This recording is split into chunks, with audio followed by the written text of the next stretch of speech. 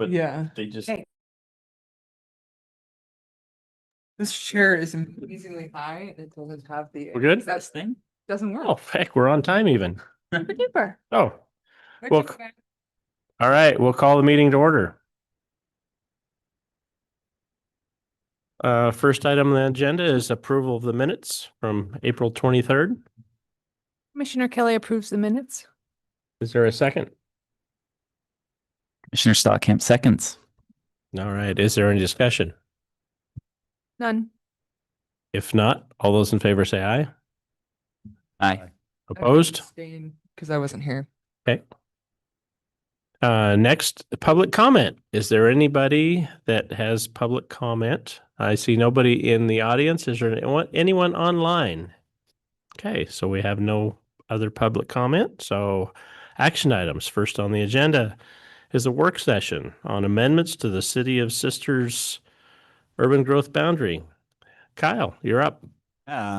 Good evening, commissioners. For the record, Kyle Collins, senior planner. Give me a second here. I'm going to pull up a presentation. Okay. There we go. So as the chair pointed out, we are here for a work session in preparation for a public hearing that's going to happen in 2 weeks. This is for the proposed urban growth boundary expansion that's coming from the City of Sisters. So I'll walk through this. This is mostly just going to be a generic overview of what the process looks like. I'll go a lot more into the details of what the specifics of the proposal are. Once we actually get to the hearing itself, we'll talk about what actually went into preparing the materials and then kind of next steps and actions that the Planning Commission can take. So the full website and record for all the materials associated with this on the county side of things can be located at the website on the screen here. There's actually a secondary process that occurs through the City of Sisters itself. They have their own record and materials associated with that.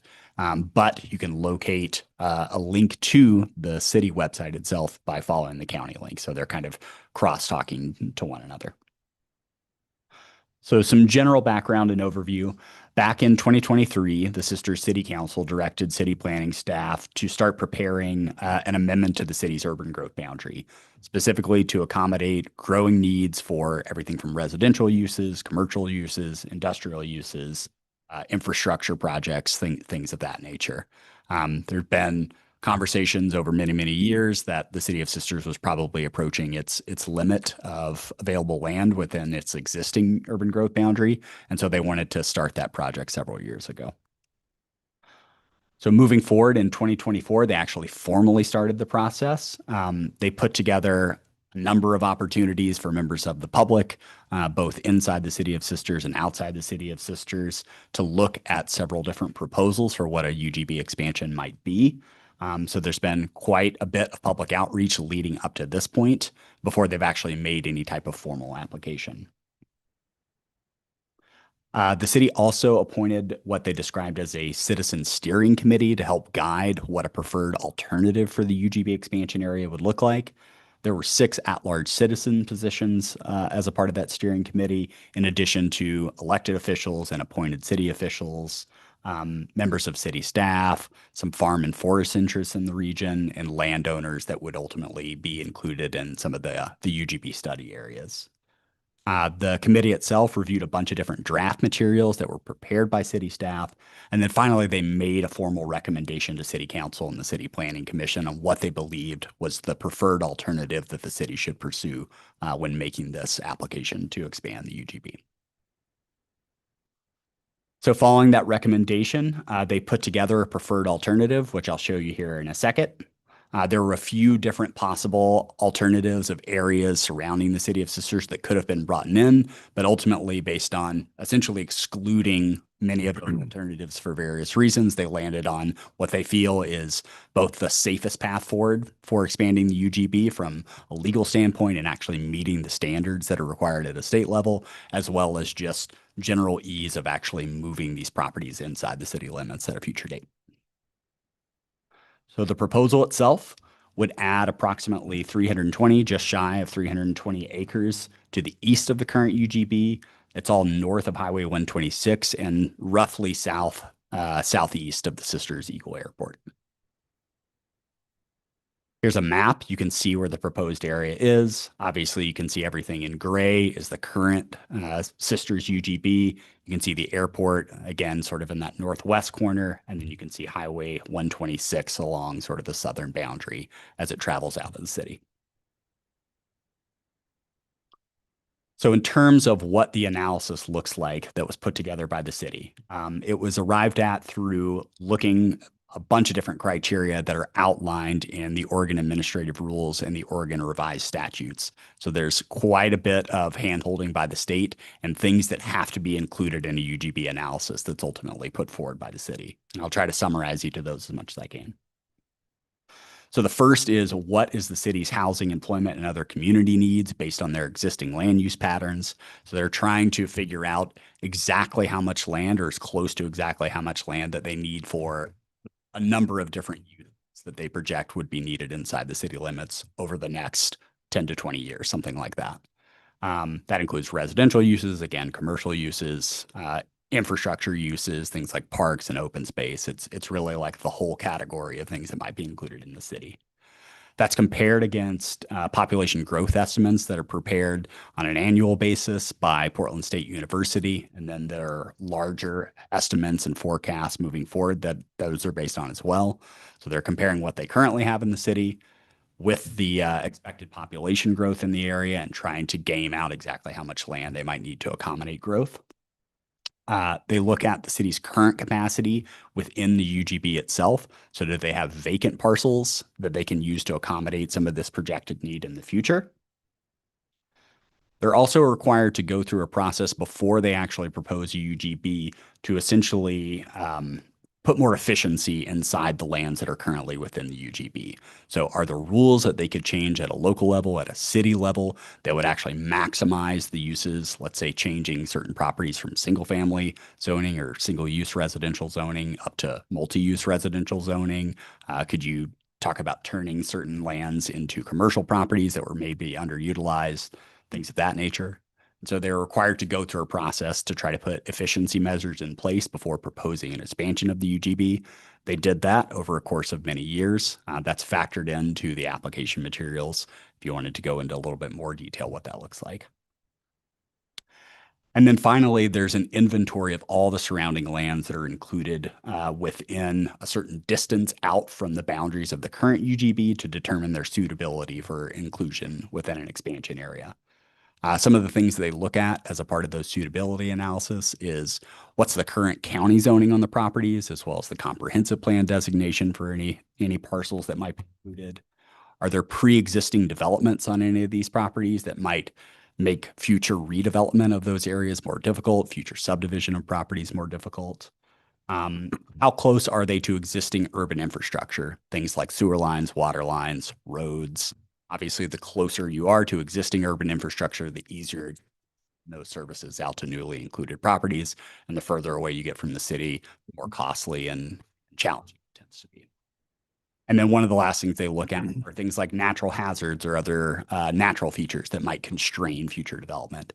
For the most part, within the City of Sisters, we're looking at things like there's slope areas, there's some significant areas of floodplain along Whychus Creek, and generally those areas can be brought into the city, but they can't be anticipated to host future development. And so even though they might be included as a part of the UGB expansion area, they're assumed to not host any additional development in the future once they are brought into the city limits. And putting all of those factors together, they come up with the preferred alternative area, which is, again, what you see on the map before in previous slides. Can I ask a quick question? Of course. So like if those lands are brought into the city, you're saying they're not available for development, because they be like parks or things like that, like not developed at all, or developed for like a different use? It could be based on a number of different things. So if we talk to, let's speak to floodplains in particular, it's likely that the city has its own regulations controlling development within floodplains themselves. And so there's a constraining factor just from a land use and development standpoint. If we're talking about steep slopes, they also have development regulations controlling, you can't build things on particular grades of slopes because there's risks of landslides, there's erosion risks, things of that. That makes, so they could be used for something, but just Could be there'd used be for something, limitations. but not necessarily building homes Hubs, or yeah. businesses, Yeah, things. that makes sense. Thanks. But generally it's effectively a preemptive exclusion of those areas of land, knowing that once they are brought into the city, there will be additional rules that would prohibit certain types of development. Yeah. So the proposal underway that you are reviewing as the Planning Commission is actually going to be reviewed by a few different bodies.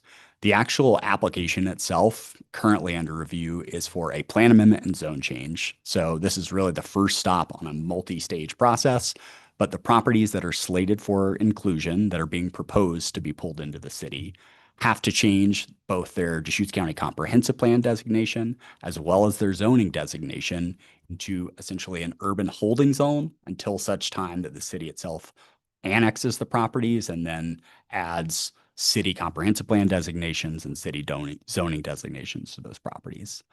So throughout all of this, the City of Sisters Planning Commission will also be reviewing a version of this exact same proposal that you are looking at. Obviously, you as the County Planning Commission will be reviewing this. And then subsequently, there'll be a joint hearing between both the Sister City Council as well as the Deschutes County Board of Commissioners. And they'll ultimately be looking at whatever recommendation you ultimately wind up making, as well as what the recommendation from the Sisters Planning Commission. There's kind of a 4-part review all going on simultaneously. Yeah. Go ahead. So do we know yet what their schedule, the Sisters Planning Commission schedule is, or? They actually met last week. Oh, sorry, I must have missed that. Yeah. Okay, great. Yeah. So is They- that like on video or? You should be able to find it again on the city's website. They have recordings of all their meetings in the same way that we do. So if you wanted to tune in to that, I'm sure you could find a copy of it relatively easily. Yeah, Yep. Go ahead. Were you the presenter for that? I was not. No, that's all controlled by city staff. Didn't. Yep. Okay, interesting. So the city has their own review process through their planning commission. We are largely not involved with that. We go through the county side of things. And then again, once there are 2 sets of recommendations from the planning commissions, we will jointly bring those together as both city and county staff to the Board of County Commissioners as well as the city council. They could hold those meetings separately, but I think there's been an incentive to hold that as just a single hearing with all the elected officials in the room so that they can make kind of presumably a joint decision together. Are they looking at the same map? Or is it the same? It's exactly the same proposal. Okay. Yep. The only real difference is while we are largely evaluating this just based on the state standards and compliance with our own local county rules, they are looking at it based on compliance with city rules as well as the state standards. That's truly the only real difference. So our role is largely as a coordinating partner. We are obviously reviewing the proposal to make sure that it is in compliance with state rules as well as our own local county rules. We're looking to provide additional opportunities for public comment, both from members of the public that might live inside the city limits or within the unincorporated portions of the county.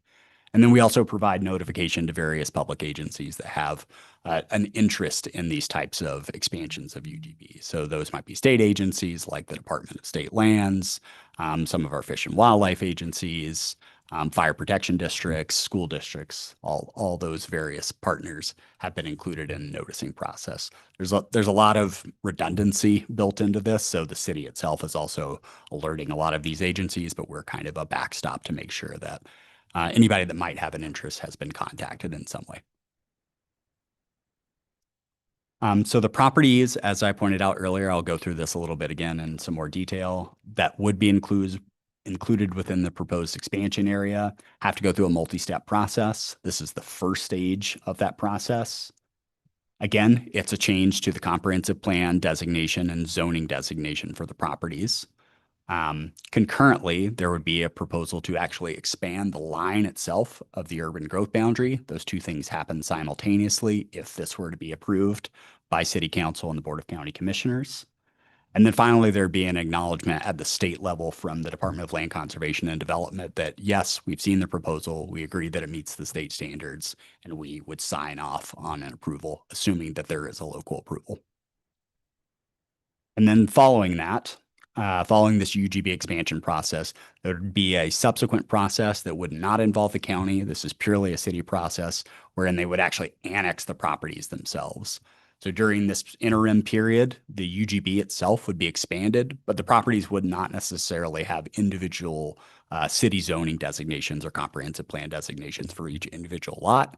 That happens at a subsequent step wherein the properties are annexed and they basically go through, look at what their comprehensive plan says for these individual properties, and they decide these properties have these zones, and they start actually carving it up much in the same way that we do when preparing our own comprehensive plan and deciding sort of these broad scale changes to zoning designations. Can I ask a question, sir? Yeah, go ahead. So what kinds of zones would there be? It wouldn't just all be the same zone?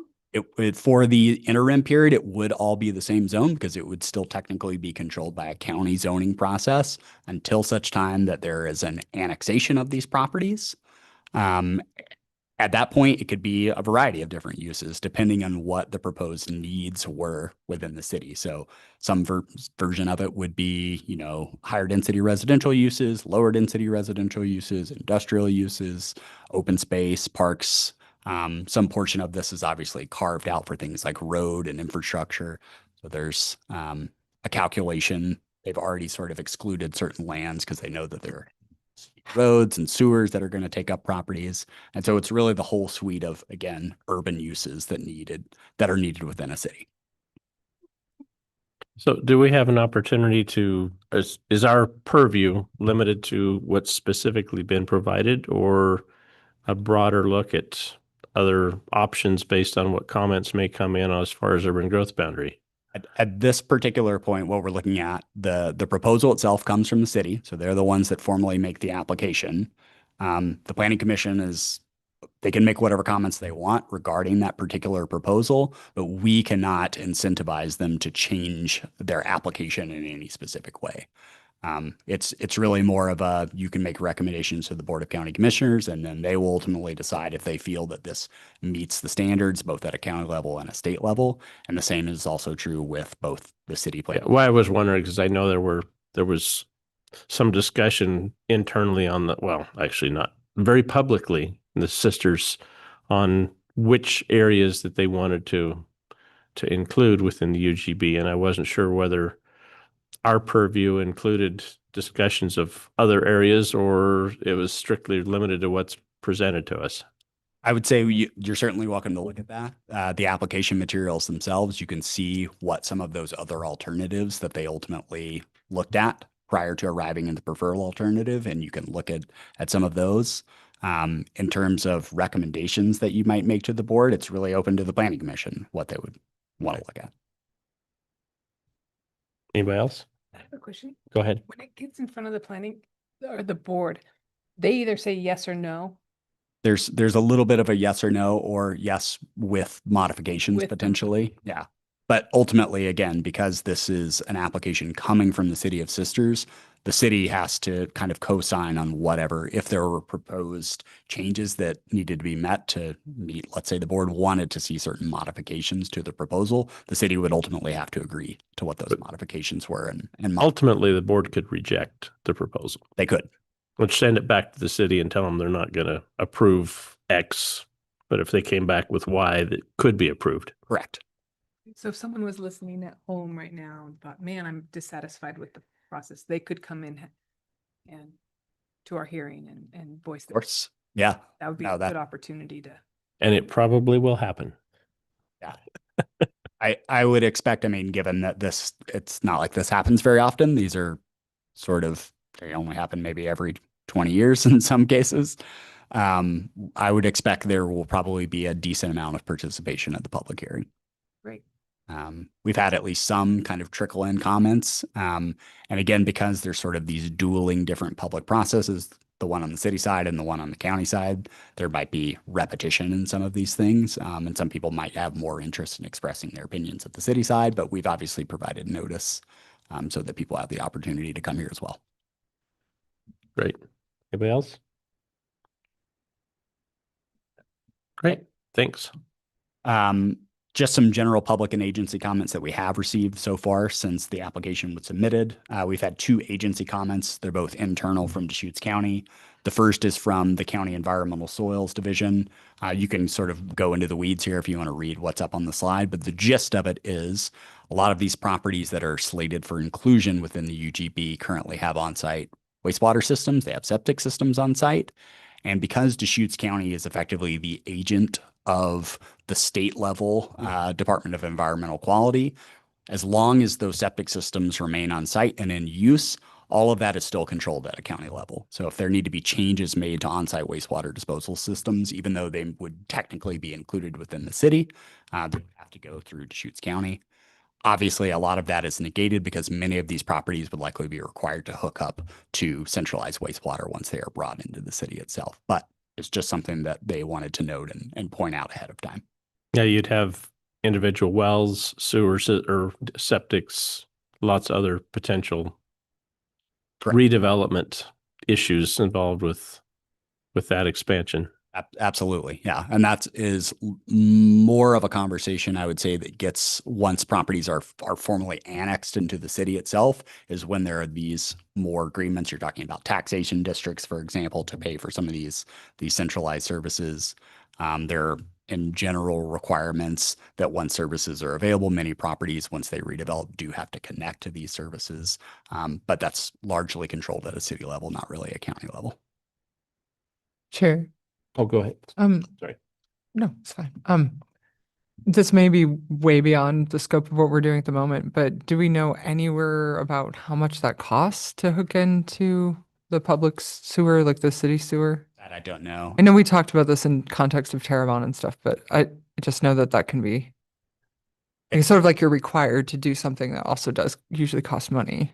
In general, yes. I would say that is probably a question that is best left to city staff. They could give you a much better answer to what it looks like to actually extend these lines, where they have already expanded some of their existing like wastewater infrastructure, for example. But once we get to the hearing, city staff will obviously be here to give you their overview of what the proposal is. And so a lot of those questions, I think you might want to save until we get to the hearing. Yeah. Okay, you answered my question. I was going to ask if we're going to have an opportunity to ask questions of city staff and the folks that put this plan together. Yeah, as the applicant, they'll definitely be here on the 20th. Great. Anybody else? Are you done with your presentation? Nope, not quite. Okay, I'll wait till you're done. The next set of comments is from Tark Rawlings, our senior transportation planner.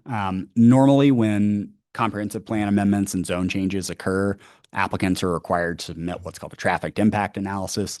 Generally is just an analysis that says, once this new zoning designation is put in place, are you going to increase traffic impacts by making that specific transition over to a new zone?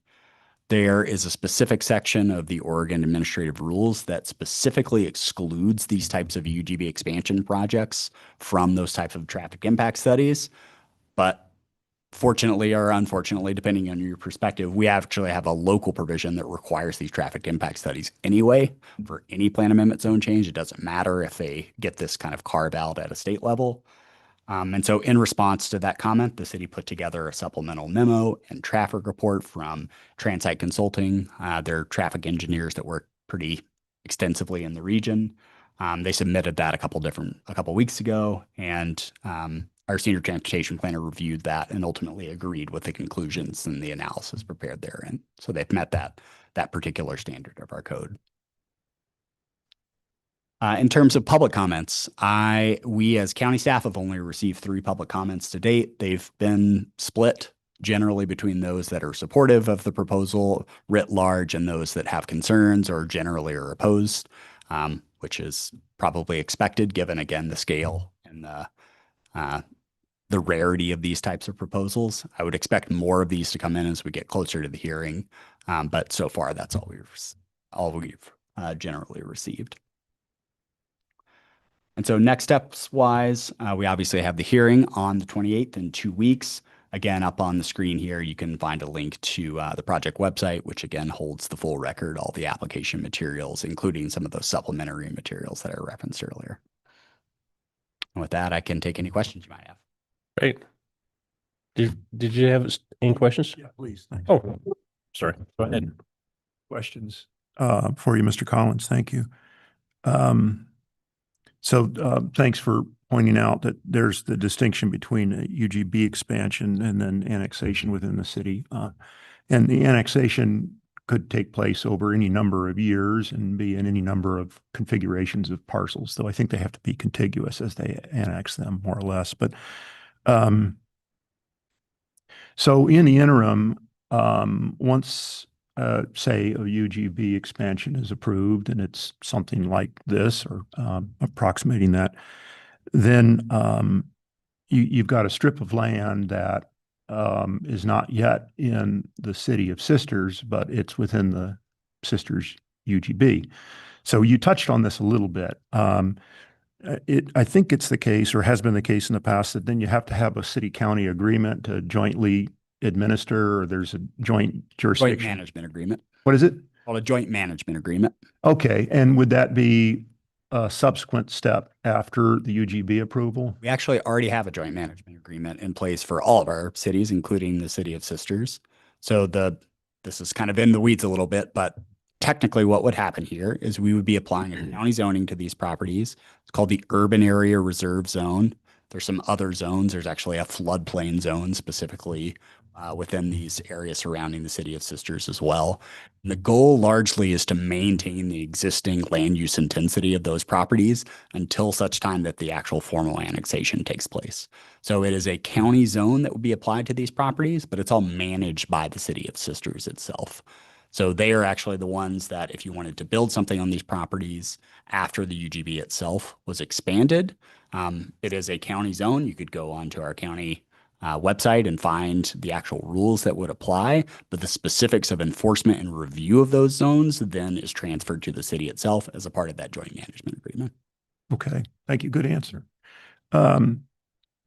You alluded to that when the process is finished from the city perspective and gains approval through the levels that you alluded to, it then goes to the state for acknowledgement. And I think I'm familiar with other UGB processes where DLCD is kind of iteratively involved along the way rather than waiting until the end of the process. And I can imagine scenarios where that would be advisable versus those where it might not be necessary. But what's the case here? That is also true here. DLCD has been involved largely in the crafting of the preferred alternative. I mean, DLCD is not necessarily, they do not have parameters that say you have to choose this specific area. They're looking at all of the lead up to this specific proposal itself. But to point to a specific example that might apply to this, there are a number of properties that were actually excluded from this preferred alternative, specifically because there are challenges in terms of their underlying zoning. Some of those properties have tried to go through plan amendment zone changes in the past. Those have been appealed at a state level. So the Land Use Board of Appeals is sort of waiting to render final decisions on those properties. And DLCD, even before the application was submitted to us as the county and formally starting this process, they basically said, we can't review a specific proposal, or we won't be able to sign off on a proposal that includes lands that are under appeal at a state level.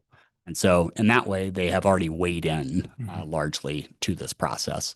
And the same is true in terms of preparing the actual analysis and what was required through those state statutes that needs to be included, those population estimates. How do you prepare housing needs analysis? How do you prepare what the future projected needs are? Those are all very tightly controlled by the OARs, and there's some feedback and conversations with city staff primarily, although the county has had a small role there, just to make sure that the city understands what they actually have to address as a part of these proposals.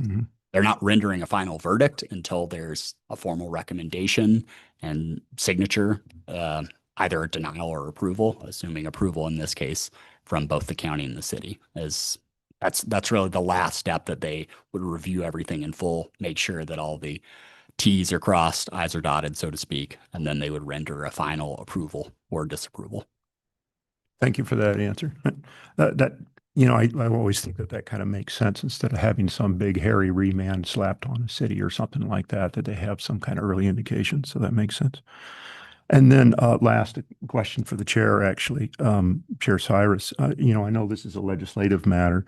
I'm vaguely aware that you and your family are a significant landowner of acreage in proximity to Sisters. I'm just wondering if it's your intention to disclose a potential conflict during the hearing, or?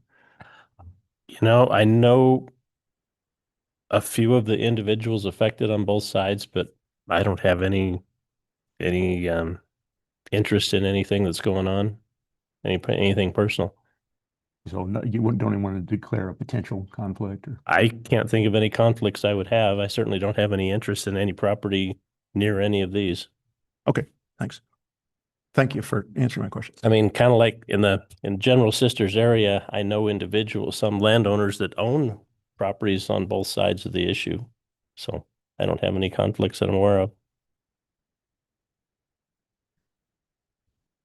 Any other questions for me? So anybody else? One. I didn't get the chance to review the City of Sisters site. I read our 3 public comments. Do you know how many comments there were on the city side? You said they had the hearing. Was it? I would say if you look in their application materials, I can't tell you how many comments have been submitted once they've actually reviewed this review process. Leading up to the selection of the preferred alternative, as I stated, that really started in 2024. There's quite a few public comments. Yeah, I was kind of more curious, like the hearing happened last week. Like, was there? And that I don't know. Okay, that's fine. Yeah, I'll look into it then with the city site. But again, if you go to that website, I think you can certainly find a recording of comments that were submitted there in the general materials that have been provided. Thanks. Of course. Anybody else? Great. Next item. Share my screen again. New thing. This one's less exciting, I would say. I've had one of these in a while. Objective. Yeah. Yeah. Yeah. Oop. Hold on. Give me a second.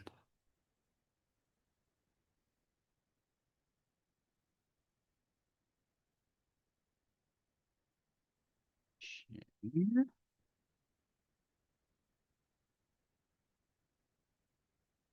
I'm not sure why it's giving us the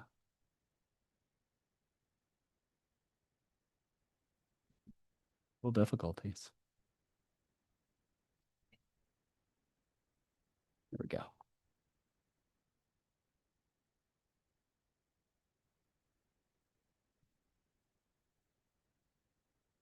Yeah, clear and objective. So as far as I'm aware, I think all of the commissioners have gone through some version of this before. But the second item I have for you tonight is a work session, again in preparation for a public hearing on May the 28th. And this is the last, or at least hopefully last, package of amendments that we have to provide clear and objective text amendments to the Deschutes County zoning code. So on the screen here, again, you can find the project website for this specific proposal. You can find the full record of materials here, including the application, this time coming from county staff for the proposal itself. I'll try to be relatively brief here since we've gone through 3 of these prior to this one, but just for a little bit of background and overview to refresh your memory. So starting in 2017, the state legislature passed a series of bills to encourage the expansion of housing production across the entire state. And that ultimately concluded in a number of ways, but one of the more meaningful changes that occurred, and the one that we're here to talk to tonight, was a change to Oregon Revised Statutes 197.3074. And specifically, that change in statute limits local governments to only apply clear and objective standards, conditions, and procedures regulating the development of housing, including what they describe as needed housing. And any adopted standards that we have at a local governmental level cannot have the effect of discouraging needed housing through unreasonable cost or delay. So that's a very wordy way of essentially saying that what we are required to put in place at a county level are clear and objective standards that use terms, definitions, and measurements that provide for consistent interpretation regardless of who looks at the code. So if you gave two different people the same code, they would arrive at the same conclusion when applying that to a particular development proposal. There's no discretion involved in the applicability of these standards. So we can't use language like compatible or adequate, really squishy kind of verbose language is ultimately likely not going to pass the clear and objective test. And so where possible, we've attempted to excise many of those pieces of language from the code. So there's a variety of approaches of what you can do that meets the clear and objective standards. You can have things like true or false statements, just is this allowed or not allowed? You can have things like counts and measurements. These are distance measurements, height measurements, things of that nature, something with a numeric value that we can very easily apply to a particular development and evaluate. And then finally, we can do things like have lists or menus. This might include a particular development needs to include 3 of 5 items or all of the required items in order to be approved. This one is probably the most important for this particular package of amendments, and I'll explain why in a second. But this proposal, as we've gone through this a few different times, we've obviously identified multiple areas of the county code, the current county code, or previous versions, recent versions of the county code that are not clear and objective. And so we've tried to draft packages of amendments to sort of work through the entirety of the code over time. We've broken these down into distinct segments. You went through the first one, which I presented to you, that dealt most broadly across all development. It was things like developments.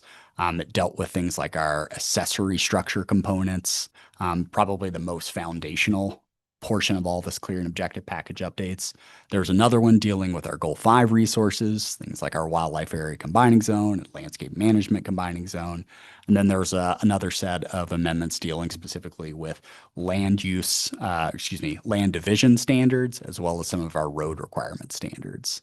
And then finally, that brings us to the package here tonight, which deals with our site plan and conditional use standards across titles 18 and 19. Conditional uses are exactly what it sounds like. There are certain uses that are allowed on properties, but only under certain circumstances, hence the conditional. And site plan review standards are generally those types of developments that require either additional infrastructure improvements. Parking is largely controlled by site plan review itself. So we're talking most of the time about commercial developments when we're talking about site plan review, but there are occasionally residential developments that might trigger site plan review as well. We're also talking about our airport safety standards. These are requirements on properties within a certain distance of any of our airports here in Deschutes County. It's mostly intended to prevent airplanes from crashing into structures or reflective materials being put on the tops of structures that might blind pilots. It's intended to provide safe operations of those airport facilities. We're changing portions of our solar setback standards. Solar setback standards are a little tricky to talk about, but effectively what it is property owners are not allowed to build structures that might hinder solar access on their neighboring properties to the extent possible they are able to do so. So if you are able to build a structure that will not shade another structure on your neighbor's property, like a house, for example, there are specific requirements in place to limit those particular uses as much as possible. It's not outright limitations or prohibitions on those particular uses, but it's generally a set of standards that says, hey, try to push your house as far south as possible on your particular property. And then there's certain height requirements that might fall into place as well.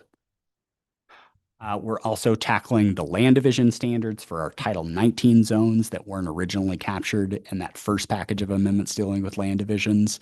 Our Title 19 zones are just a weird selection of zones that surround the Bend urban area and only apply within those areas, and they were just left out mainly due to time constraints in the previous package of amendments. And then finally, we're making some modifications to what are described as our initiation of use standards for land use approvals.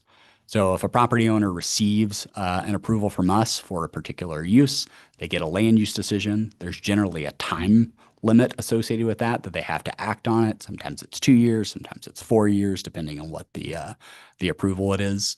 But if they are unable to fully complete that particular project in that time frame, there are steps that they can take to quote unquote initiate the use.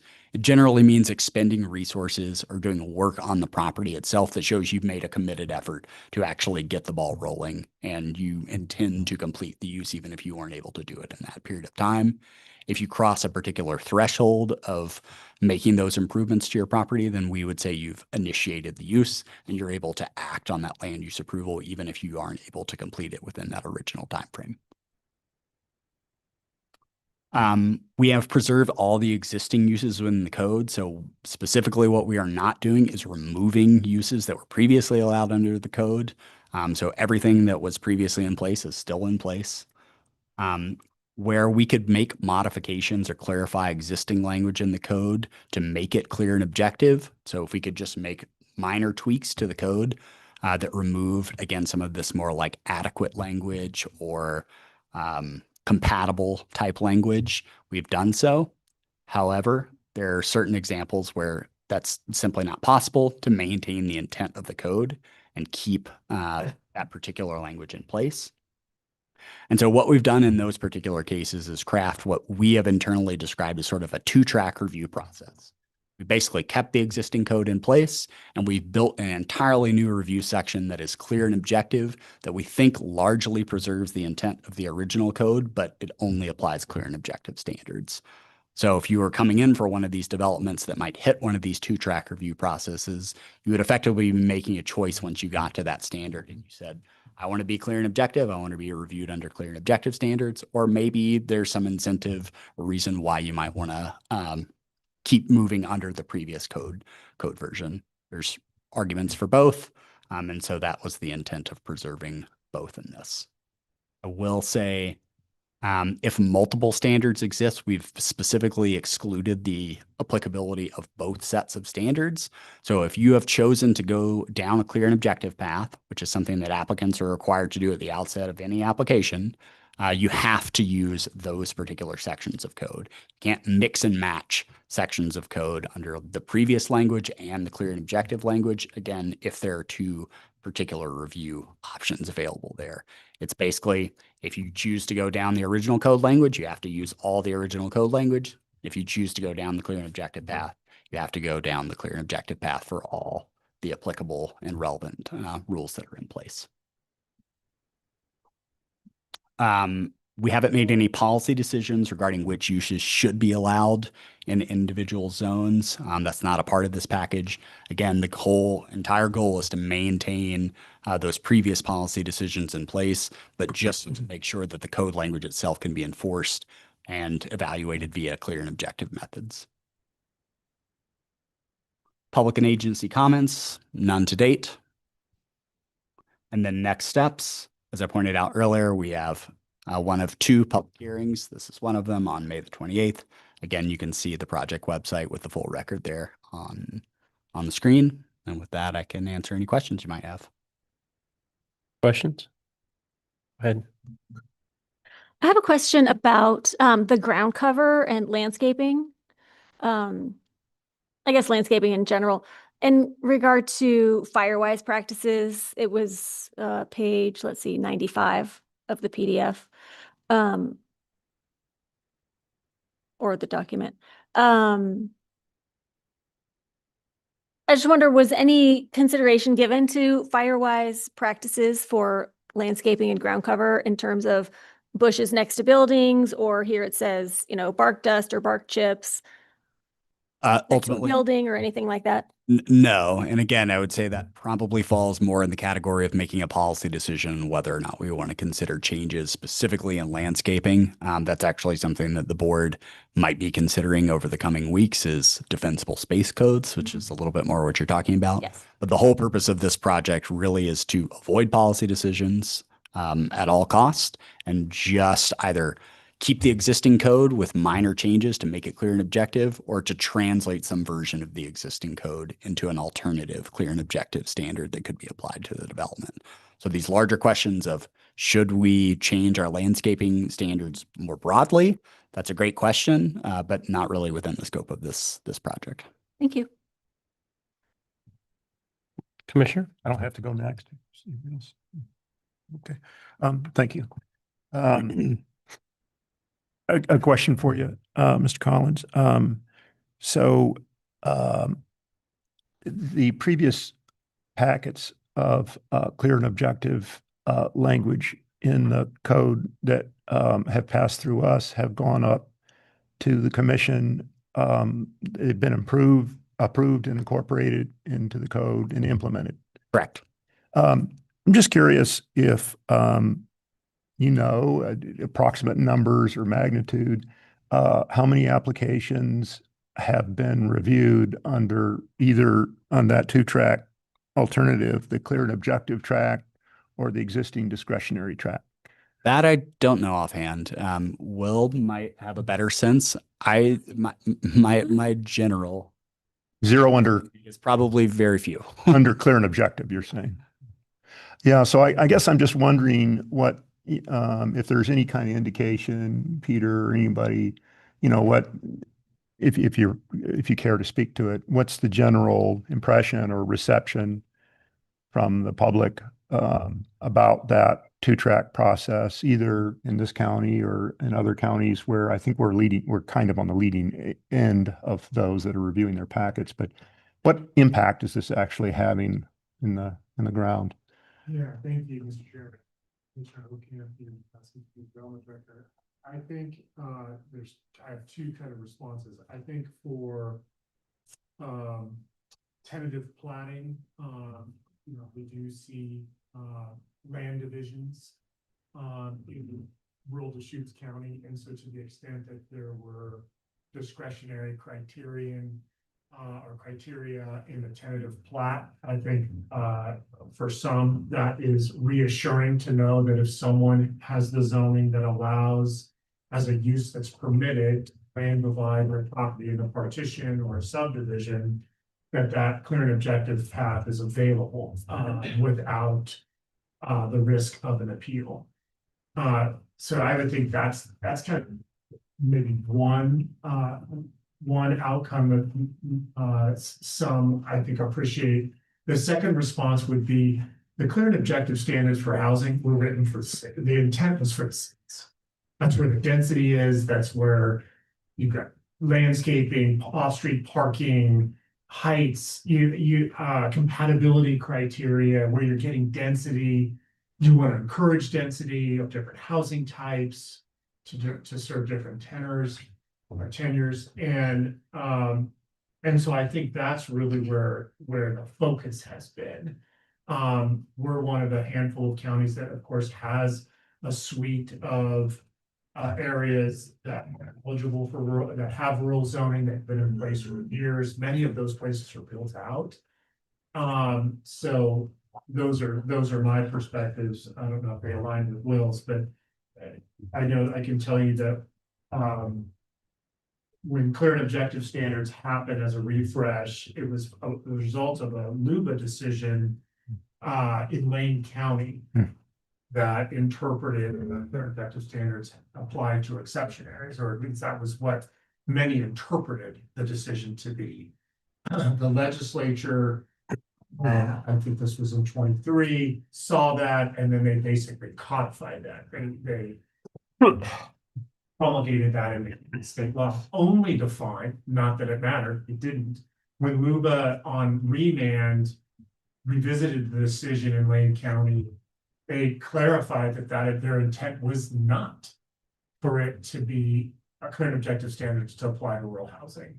But it didn't matter because the legislature took that in understanding as imperfectly written by the LUBA referees and codified it in the statute. So it's a long-winded way of saying, I think we're really seeing clear and objective standard obligations at a heightened level are places like Sisters, Bend, Redmond, LaPine, as a fast-growing county. Of course, you also I've heard that there's significant difficulties specifically pertaining to Goal 5 in Washington County. Washington County has the largest urban unincorporated area.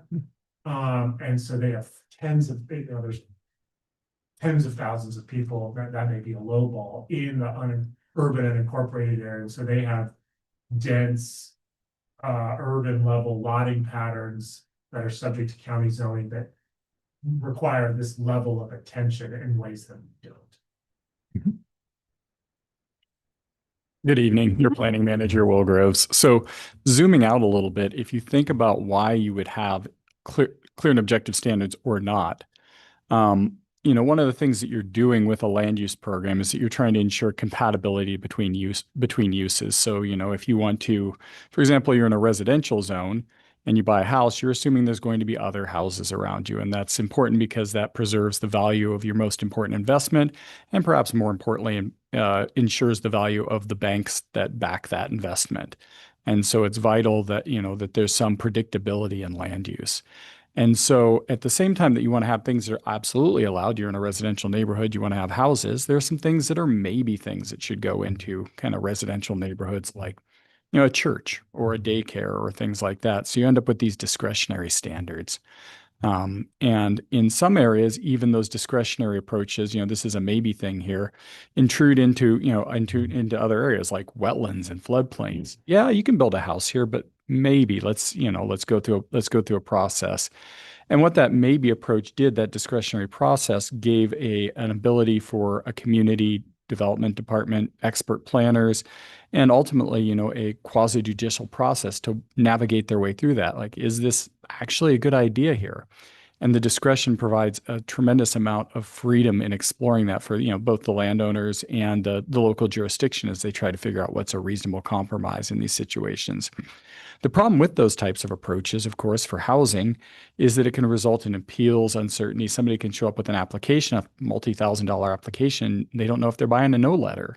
And there's no way for them to know because that there are things like suitable and compatible that, different judicial bodies may feel differently about. And so one of the big pushes has been to try to make these clear and objective standards, to facilitate housing is to make these clear and objective standards operational. What happened, to Director Gutowski's point, is that this was dropped accidentally on counties, and then there was a kind of a legislative push to maintain that.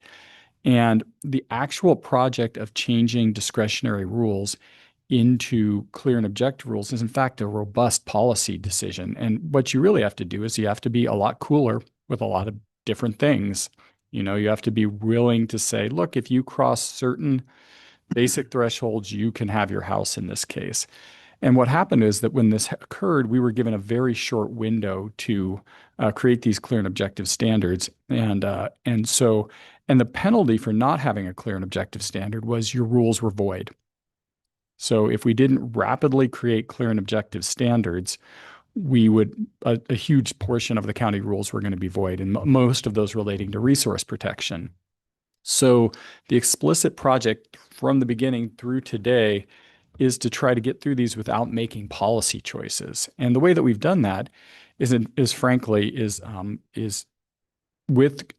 the efforts of our consultant that we received a grant for, some of the best legal minds that we can get together, is to produce something that is not a policy choice, but is, frankly, for most landowners who don't anticipate an appeal, additionally constraining rather than freeing.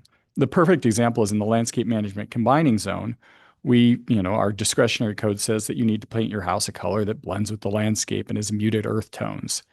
And you may recall that instead we said you can pass through this through a clear and objective path and be protected from certain types of appeal and have certainty if you paint your house one of these 64 colors.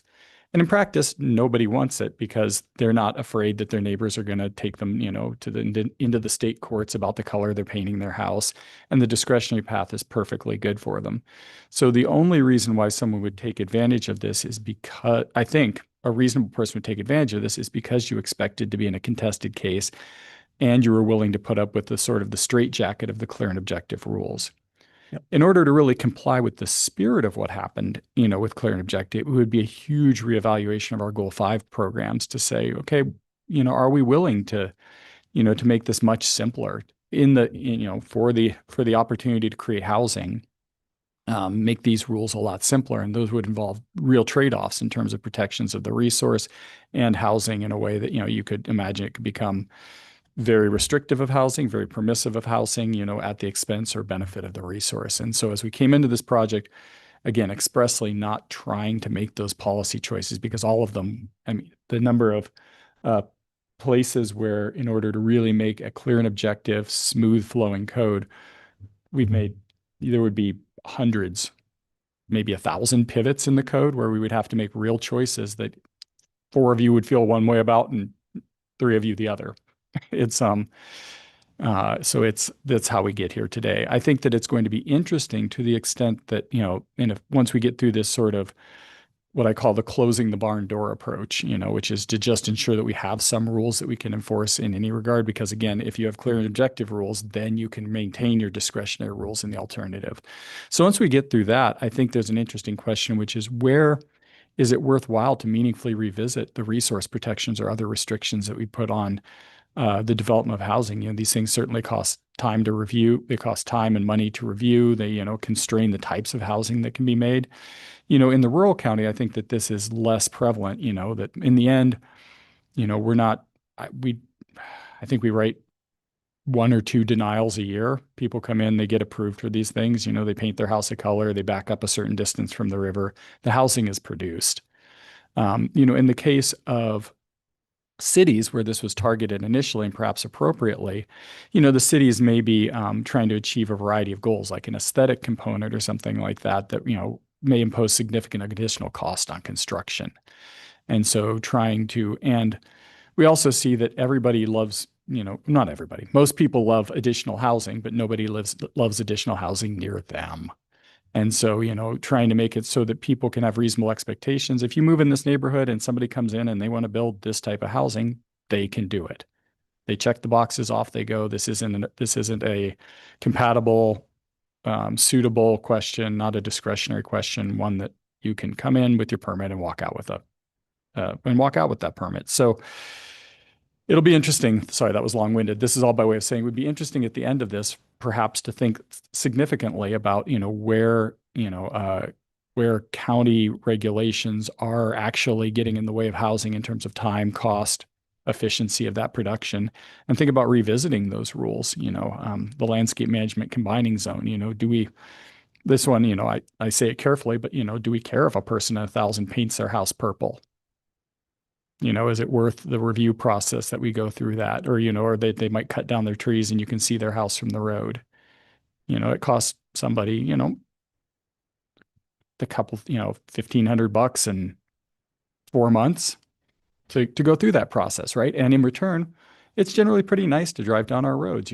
There's trees planted in front of houses. It makes it, it gives a great rural feel. This was the goal of the landscape management combining zone that was put forth in 1992, by people just like yourselves. But it also, to the extent that it delays and increases the cost of housing, it's a balance in the community. And you think about these things happen through Goal 5 through an EC analysis. That's economic, social, environmental, and energy considerations. So a multi-pronged analysis about what, the costs and benefits of trying to preserve community values, in the face of economic challenges or housing challenges. And so those conversations are vital and can be had. And at the same time, it would be shocking to me if, this unlocked hundreds of rural houses that were currently locked. People, to my impression, people are getting in the end to the housing that they want. It's taking a little longer, but I don't think it's dissuading any of this construction. It's a balance, though. Yeah. Thanks for that, Will. Yeah, go ahead. Great answer. Provocative too, in kind of implications. Thanks for that, Will. I'm interested as we go through these different packets, that the clear and objective, in one sense, forgive my ignorance or skepticism here, it just sort of shifts where the discretion occurs, because a lot of the clear and objective measures require something like a letter from a qualified engineer or a letter from a qualified wildlife biologist. Well, that's where the discretion's occurring then. But regardless, sorry for that little editorial comment. But a follow-up question, and maybe one of you guys have addressed this earlier, but okay, you can't do an a la carte. You've got to choose one track or the other. How about appeal? Can you switch tracks? Can you make reference to the other track on appeal and say, well, okay, discretionary, but here it says over here in a clear and objective, or does that remain to be seen and tested? And we'll see how that plays out. So we call this the switching station in a train yard sense. And so in Title 22, the procedures ordinance, it's clear that you have to pick one. If you can switch if you want to, but that's a modification of your application. So you basically, you restart the process. You'd say, hey, we're restarting the game. We're going to play by different rules. Heads up, everybody. We're back at step one. Okay. Okay. Mhm. Thanks. Yeah, I think the same would be true in terms of to answer maybe your first question a little bit more though. A big portion, and Will did a good job of kind of explaining the triage portion of this, frankly, which is just we needed to get something on Yeah. the books so that we had any rules at all. That's a huge portion. That's probably 90% of what we've done here. I would say there have been some targeted changes that we've made, not so much in this package, but certainly in previous packages that actually have made some meaningful difference in terms of like customer interactions at the counter, across the street, sort of long-standing friction and challenges that we've had with applicants that because we were already kind of opening up the code and trying to apply these clear and objective standards, we had the opportunity to fix some of those portions and add clarifications. And I would say those have made meaningful differences. They're maybe minor. They're not necessarily increasing like huge housing production like the statute intends, but they have had some positive results. Bells? No, go ahead. This is my last question. So I'm looking at the section on manufactured dwelling park, and under B2, it says the space provided for each manufactured dwelling shall be provided with piped potable water and electrical connections. And sewage, oh, it's spelled wrong anyway, was struck from that. Why would sewage not be required? In general, it's because many of these sites are associated with on-site wastewater systems. And that's largely what we would require there.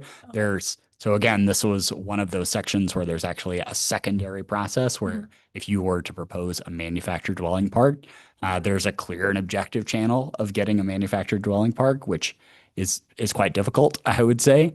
And the discretionary standard still stays in place. So there's additional sewage connection standards within that original discretionary standard, both of which are quite difficult. There are reasons outside of our local code which make it difficult to expand manufactured dwelling parks, largely to do with state law and goal 14 compliance.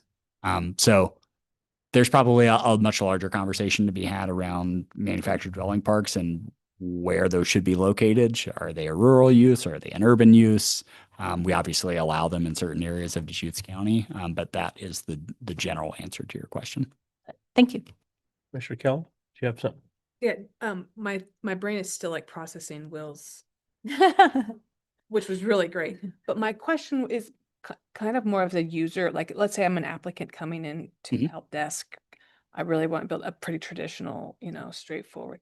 Is one of the planners that come down like describing it? Hey, there's this 2-path system. This is like how much. I'm just kind of curious how that looks like at the help. Like, what do people already know about it? So we have a webpage that describes this in much more detail and hopefully as much detail as you can give. There's kind of frequently asked questions, that sort of stuff.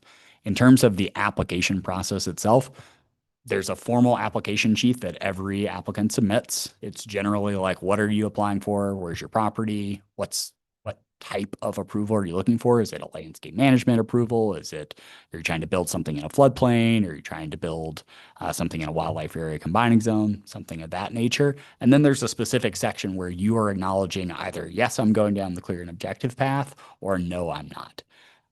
In terms of how much detail that's being discussed at the counter, I don't know right now. It probably depends on the individual project. Again, as Will pointed out, most people are probably going to be pretty comfortable going down the discretionary path. It's largely worked in most cases for most projects that we approve and permits sent out the door. It works for most people. This was really hoisted on us as an attempt to reduce friction as much as possible, but we didn't have that much friction to begin with. And so it's maybe helpful in some very particular case. Like maybe you have an angry neighbor that is dead set to appeal your project, regardless of how compatible we might think it is as practicing professionals and review bodies, hearings officers might think. And so there is this sort of secondary path again for those particular circumstances where somebody can say, look, I'm willing to be hemmed in by these more restrictive rules, but I know that I have certainty if I do this, then even if it is appealed, I will almost certainly prevail. This has brought a lot of clarity to this whole process to me. Just this last 15 minutes has really helped me out understand this. So thank you. Of course, yeah. It is complicated. And again, it's because these rules were probably intended to be directed towards cities, because there is so much more opportunity for conflict, because you're talking about more dense uses, you're talking about more people, you're talking about more types of uses being added in together. It's not that there is no reason to include a clear and objective set of standards. I think I pointed out some examples where we could use some clarification in portions of our code, but largely this was just we have to do something so that we have rules in place that we can apply moving forward. Anybody else? Great. Is that everything you had? Everything I have. Great. Thank you. And thanks for me. All right. In 2 weeks. Next up is Terrebonne Community Plan update.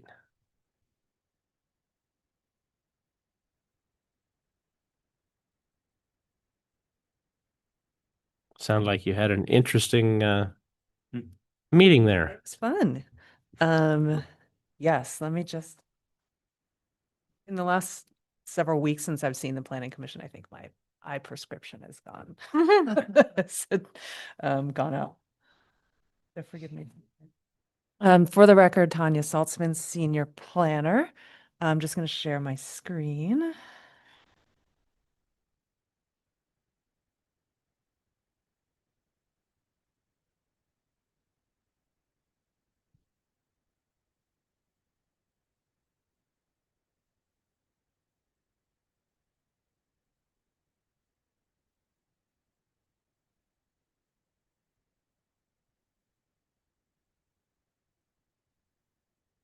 All right. Yes, we did have an interesting time. So I'm here to talk about round one of our community engagement in the Terrebonne Community Plan. And I've spoken in front of the Planning Commission about this project before, as have my colleagues. So it's really happening now. It's been a journey, and we're underway. The report that I provided in the packet provides a lot more detail than what I'm going to talk about today. If you want to really drill down into the nitty-gritty individual comments that were received, which I know some of you have reviewed and enjoyed, that's there for you there. I'm not going to obviously read through all of those tonight, but that's there for your resource. So a little bit of background about the Terrebonne Community Plan. As the Planning Commission's aware, it is functionally an appendix to the comprehensive plan. So it's updated on a separate timeline than the comp plan. As you know, the comp plan was recently updated and is kind of pending right now, and we'll probably talk about that a little bit later. But the most recent update to the Terrebonne Community Plan was back in 2010. There's a few of these community plans. There was the Tumalo Community Plan that happened a couple years ago. There's Newberry Country, Sisters Country. Given the upcoming plans for sewer in the Terrebonne area, the time was right. And the board did direct staff to initiate this project. It felt like a good time to kind of talk about what people want to see in Terrebonne, what they want the future to look like, what they maybe don't want it to look like. So off we went. You may recall that we applied for a DLCD technical assistance grant to help us get through this project. We often do that. They do provide some great funding opportunities. We did not get the full amount we asked for. Apparently, they had a record number of proposals for grants this year. I think it was, oh gosh, I don't remember, but it was like $22 million, and they only had $9 million to give away, or something in that nature. So in the end, we received $15,000, which is great because we thought we were getting zero. This will be applied towards specifically the community engagement portion of this project. So It's not for any consultant or anything like that. It's mostly supplies, printing, kind of less glamorous stuff that just hard costs. Slightly unfortunate that procedural thing is that we got that grant approved the day after our open house. So the first round of expenses were not covered, but that is neither here nor there and does not affect the Planning Commission. And we'll be using it going forward. So we're really grateful for that money. So that always helps. With the engagement, we have 3 rounds proposed for a roughly year-long project. The first, which I'm talking about tonight, is the general kind of what is your vision for Terrebonne? Just a real catch-all from the community. The second is coming back to the community and saying, hey, this is what we heard. Did we capture this correctly? Because we learned that sometimes we don't. Sometimes there's nuance that we want to understand that we didn't capture that first time. And we just really want to verify that people feel heard and that they feel like we heard them correctly. And then the third round will be kind of starting to turn that information into goals and policies, which, as the commission knows, are kind of the central backbone of how these plans, these community plans work. We had and will have both in-person and online opportunities to participate. So the way we structure it is the in-person is at the Terrebonne Community School, and we have a series of stations, and I will explain more about this later. But rather than kind of one big presentation that starts at 6 o'clock, and if you're late, you kind of miss it, it's interactive. You can kind of go at your own pace. You can pop in, pop out, get a sandwich, which we have provided. Do it at your own pace. You can stay at one station the whole time if you're really interested in that thing or not. So we want to keep it, this is not a lot of people's familiarity or comfort zone, so we just want to really make it accessible to as many people as possible. Online, we tried to mimic that almost exactly, just considering the limitations of technology. So we basically reproduced the materials that we had at the in-person open house in an online format. So that gave people a chance to type their answers instead of writing them on a Post-it note. So that means they can either just think about it longer, think about it and write at 3 a.m. when their best thoughts come to them. They can follow up on what they might have told us in the in-person open house. So just giving different venues for people to participate. Not everybody has the time or the resources or the desire to go to a school cafeteria all the time. So, and these have been well received so far. So that's the way we're going to be going forward with the other 2. So just to talk a little bit more about this round 1. The goals of this was to establish just general priorities and hear people's feelings. Generally, this pertains to a community vision, general likes and dislikes about the community, thoughts about business development, and thoughts about housing development. We also had space, obviously, if people just had thoughts that didn't necessarily fit into any of those categories. The in-person open house was on April 7th, 5 to 7 p.m. at the Terrebonne Community School. We think it was about 41 people, give or take. That's how many people we had on our sign-in sheets. Some people might not have signed in, but roughly around there. The online open house was available from that same day through the end of the month to April 30th. We had 8 participants for that one. Would have liked to see a little more, but I think, we did our best and we'll try to market a little more hard. We did hear from some people that they really prefer in-person things. But that also said, in the responses to the online surveys, some people said, oh, no, I want it only online. So it's hard to know. So we'll just try to kind of do our best and get to as many people as possible. The in-person and the online open houses yielded largely similar themes, which doesn't come as a tremendous surprise. There was a little more detail in the online just because of the format of it, and those differences are noted in the report. But there wasn't any real conflict between those 2 types of input. So the in-person open house featured 5 poster stations, and I think I did attach those posters into the packet if you want to look at the exact content. Generally, they provided some information, background information or examples, and then asked related questions related to that theme. We also had a kids station. Nicole was staffing that one. We had 1 kid, but he was really great. And I didn't actually include the materials from that. I probably should have, but The activity was kind of like a mock-up of your community and what you could put little kind of shapes and I want the school here. I want the, this thing here. He was very engaged. I think his name was Cash, and Nicole, I remember she said, was very impressed. So we liked, it was just one child, but it just gives, that means that his parent or guardian was able to come to that event. So we're going to probably keep doing that. We'll determine that later. We also had 3 tables for special districts and agencies. We had one for the Terrebonne Sanitary District, the Terrebonne Domestic Water District, and ODOT. These are big players in the community. They all have active projects or just are really involved in the community. A lot of the questions that arose in the open house were very specific project based. As you can imagine, a lot of them were sewer related. So for the nitty gritty of kind of what's happening with this project, how is this going to work? We send them to the horse's mouth, essentially. We don't want to speak on behalf of those agencies or special districts, and I think they don't want us to do that either. They were very popular, those tables, as you might imagine. That photo down at the bottom is some of those tables.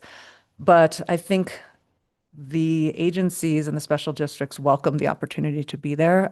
They were just providing information, trying to clarify any misinformation that was out there, and just kind of trying to be a part of the community. So I think we will definitely do that going forward. So key themes. I'm going to keep these fairly general, but as I noted, there's more detail in the report. Growth and development, keep it small and rural. That was largely what we heard throughout most, if not all, of the comments. A lot of people stated they don't want to be Bend or Redmond for whether that's in housing or commercial development, any reason at all. They just really like the small town feel. This was not a surprise. Along with that rural character, the value in the small town feel was huge. People that's why they moved there. That's why they stay there. That's why they live there. We love the small town feel. And this trickled down into the other responses for the other sections as well. People cited the views, the nature, the quiet, all of the things that you would expect in a rural community. The community vision. So this station, we showed them the 2010 vision statement, which is in that green box there, and said, is this still accurate? What do you think about this? What would you change? The majority of the respondents felt it was still accurate. A few people said, oh, it's not going to be if you build houses everywhere or if you do have too much development. Rural and scenic character, again, those are the things that they cited as the reasons they like the community. A couple people highlighted the phrase safe traveling throughout the community. A few people said, that wasn't really the case in 2010 and we're concerned about it now. So that's something that we're flagging. One person thought that the vision statement made the community sound like a pass-through, which I thought was interesting, rather than having a unique identity. Safe traveling throughout the community, I think they perceive that as like, it's a great stop on the way to somewhere else, which is interesting. I think that kind of comment is really helpful. So they suggested maybe recasting that sentence a little bit. Terrebonne has this unique identity, and so why not capture that in the vision? Housing. This was, as you might imagine, a pretty popular topic. The majority of people who responded expressed the desire for single-family, low-density housing only. So on this poster, as you can see on the side here, we showed a few examples of types of housing that exist. So single-family homes, duplexes, and small apartment buildings. I think that says 4 to 12 units. So trying to give kind of examples, but not limiting it to that. And we said, what type of housing would you like to see? There was a significant minority that did express value in things besides single-family homes. So there are duplexes, apartments. Some people wanted only duplexes, no apartments, only apartments, no duplexes. It was a little combo. Well-planned mixed housing was a phrase that came out. So it's not quite as unilaterally single-family, low-density housing, although that was the dominant theme. Several people did express interest in ADUs. In general, big development and sprawl were discouraged. They just didn't want big tracts of housing anywhere. This, again, didn't surprise us, but it was interesting and I would like to possibly drill into that nuance of the people who did express interest in well-planned mixed housing. What does that mean to them? So that'll probably be something we'll follow up on in the second event. Commercial development. So we did a similar thing on that poster, showed a few examples of types of businesses. What types of businesses does Terrebonne need was the question. The majority wanted no big businesses. We took that to mean things like Walmarts and big box stores, that type of thing. But they did really value small retail and services, the ones that are there, as well as potential new ones, but very small scale. So, well, grocery stores are not that small, so that's kind of a interesting one. Bookstore was mentioned, an additional restaurant, perhaps some lodging for tourism, as we know there's not any of that really that we know of. Some responses did want 0 additional businesses. And a few people said, you know what, we don't need that stuff here. We can go to Bend, we can go to Redmond, don't need it.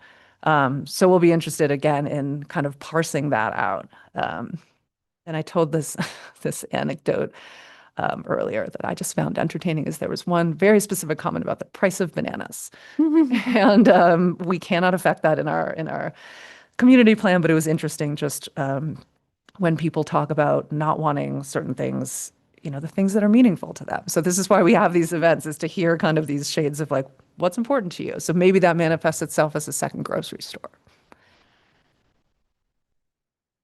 Other items that are kind of a little bit beyond the original themes is traffic. No surprise, there were a lot of concerns about transportation and safety, especially given that there's been a lot of road construction in the community and continues to be now. So there's quite a few detours. The ODOT table was quite popular. Walkability, accessibility, and lighting. This one I thought was very interesting. Some people said, I really would love to be able to walk across the highway to get to this business or my kid's school or something like that. And to facilitate that, it would be great to have some sidewalks and some lighting. And then other people said, no way, no lighting, no sidewalks, no walking. It's so, again, there's a real split. And I think we can again drill down, are there certain places you'd like to walk to or certain places you think it would be dangerous to have people walking, that type of thing. But it was pretty stark, that divide. There were a few people who wanted parks and public spaces, both indoor and outdoor, which also is interesting. Indoor public space that's not necessarily a business, like maybe a community center, that type of thing, because it is a tight-knit community. They do have the Grange, which is one space where there's meetings and things like that, but some people did express a desire for another similar space. An annex of the library. This came up more than once.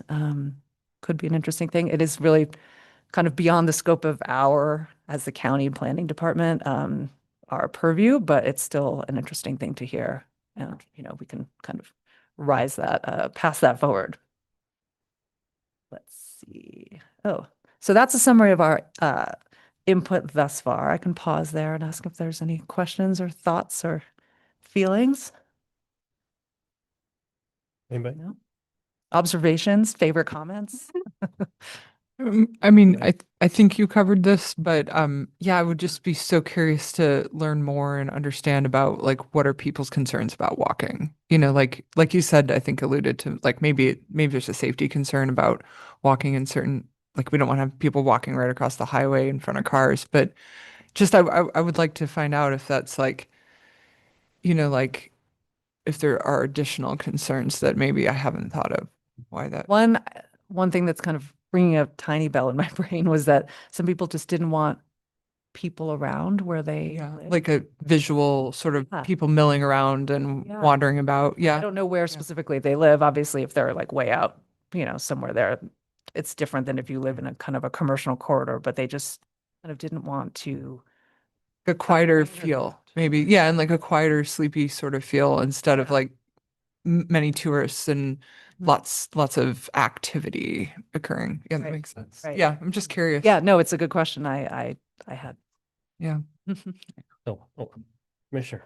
Were there any transit recommendations they had then? Like, because I know there's a stoplight there, and you're saying safety, like walking. Like, did they have any thoughts on Off the top of my head, I think one person mentioned public transit as a thing that would be nice to have, but they did not get any more specific than that. I guess I was thinking like transportation, like, are they thinking roundabout? Or, yeah, I guess I'm just curious in that sense. They didn't get into that level Yeah, of traffic. detail. There were some people who were like, and I think that's captured in the report, just specific, this intersection should be like this, or Yeah. that type of thing, which is kind of, this plan is very, very general. It's more conceptual and theoretical and Mhm. goals and policies. But, and everything is kind of upside down there right now, due to the projects, that are going on that will be completed.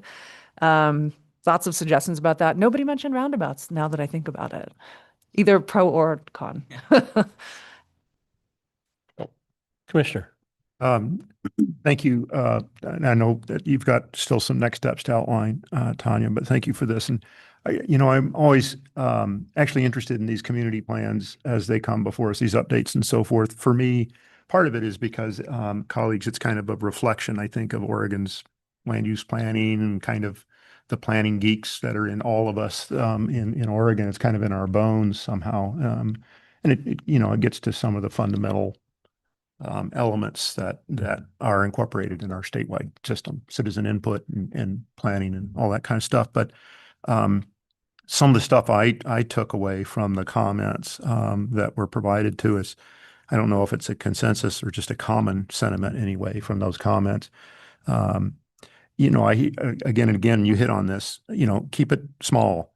Comments that they're in a small community by choice. A lot of folks, I want to be careful. Maybe some folks are not there by choice, but a desire for slow or no growth. And even where there were comments like, sewering is great to protect water. Traffic infrastructure improvements are, great in the sense of promoting safety. Small businesses and services are great in the sense of convenience and so forth, but none of those really, if you pay attention to what people are saying, at least in my view, are not, whether it's sewers or traffic infrastructure or business development and so forth, to facilitate growth. It's to accommodate the people that are there and to make it a complete community. So these are not earth-shaking sentiments to me. I've heard these kind of things again and again and again in this kind of context, but it's a valuable exercise. I'm not saying that at all. But anyway, I find myself, Tanya, always scratching my head.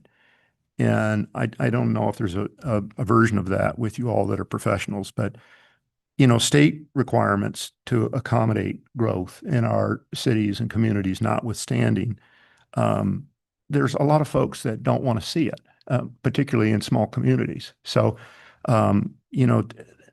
the idea that, what do we do? I understand it when people say, what do you do when people want to come here? And we need the housing to accommodate them. We need the infrastructure and services and so forth.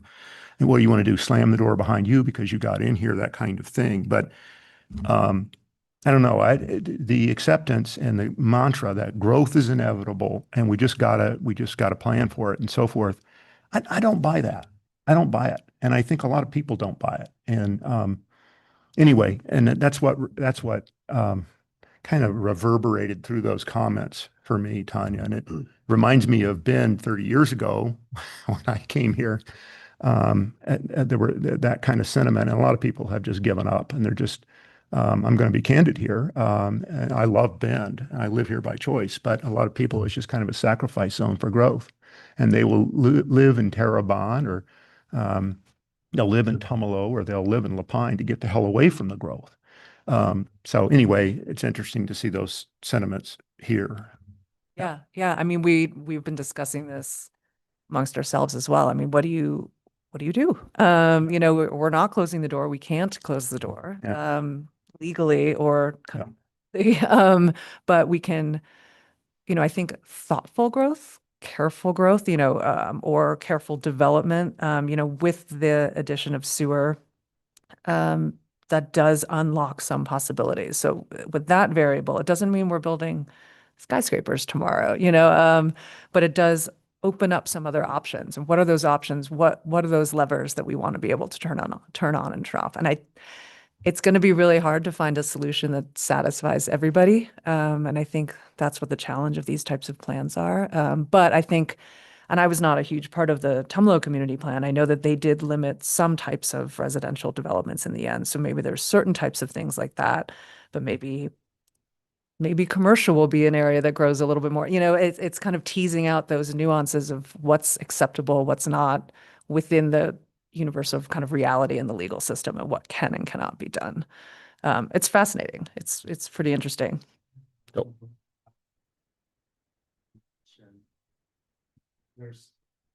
There's certainly, I think it's important to recognize from this perspective that without the sanitary district being created, that there would have been inevitably significant septic failures. Sure.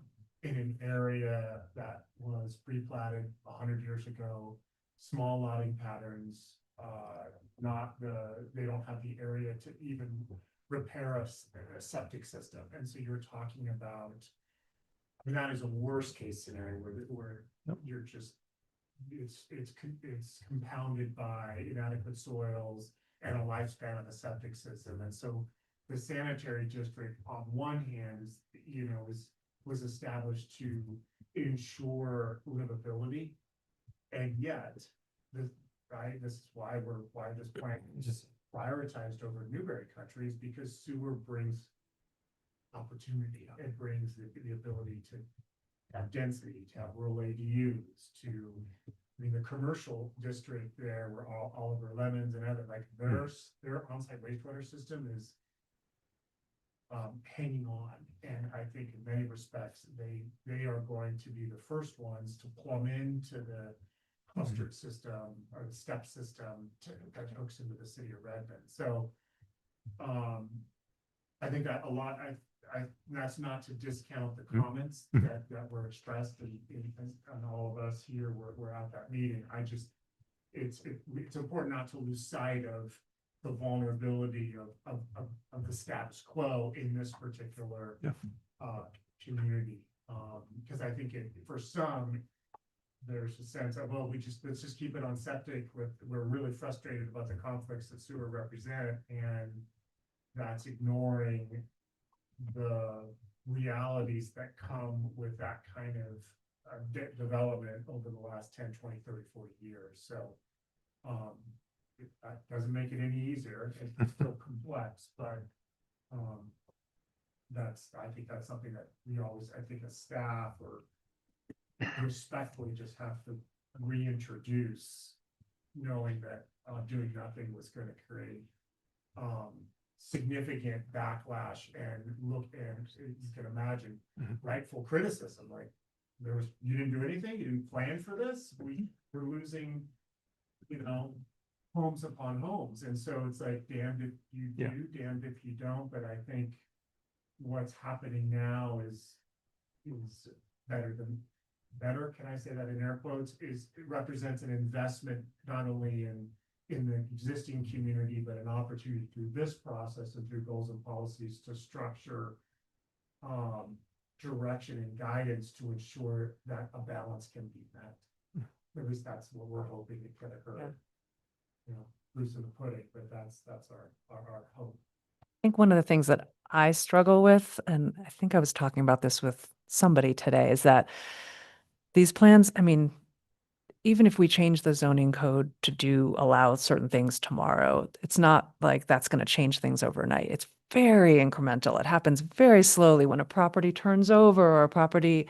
So I think sometimes there can be a need, not a knee-jerk reaction, but something more subtle than that to the thought of growth, even though that growth might be so slow. It's the slow trickle that people get freaked out. I think sometimes they think, oh my gosh, that means in 20 years we're going to be all built out. That's not necessarily true. I struggle with how to kind of represent that as a planner, because changing the code, changing these vision statements and the plan doesn't necessarily mean that this end goal is going to be met in 20 years. It's just kind of setting a trajectory that might go that way or might open up some opportunities. And I think that's a little hard to communicate sometimes, I think, with the scale of time that we're operating in.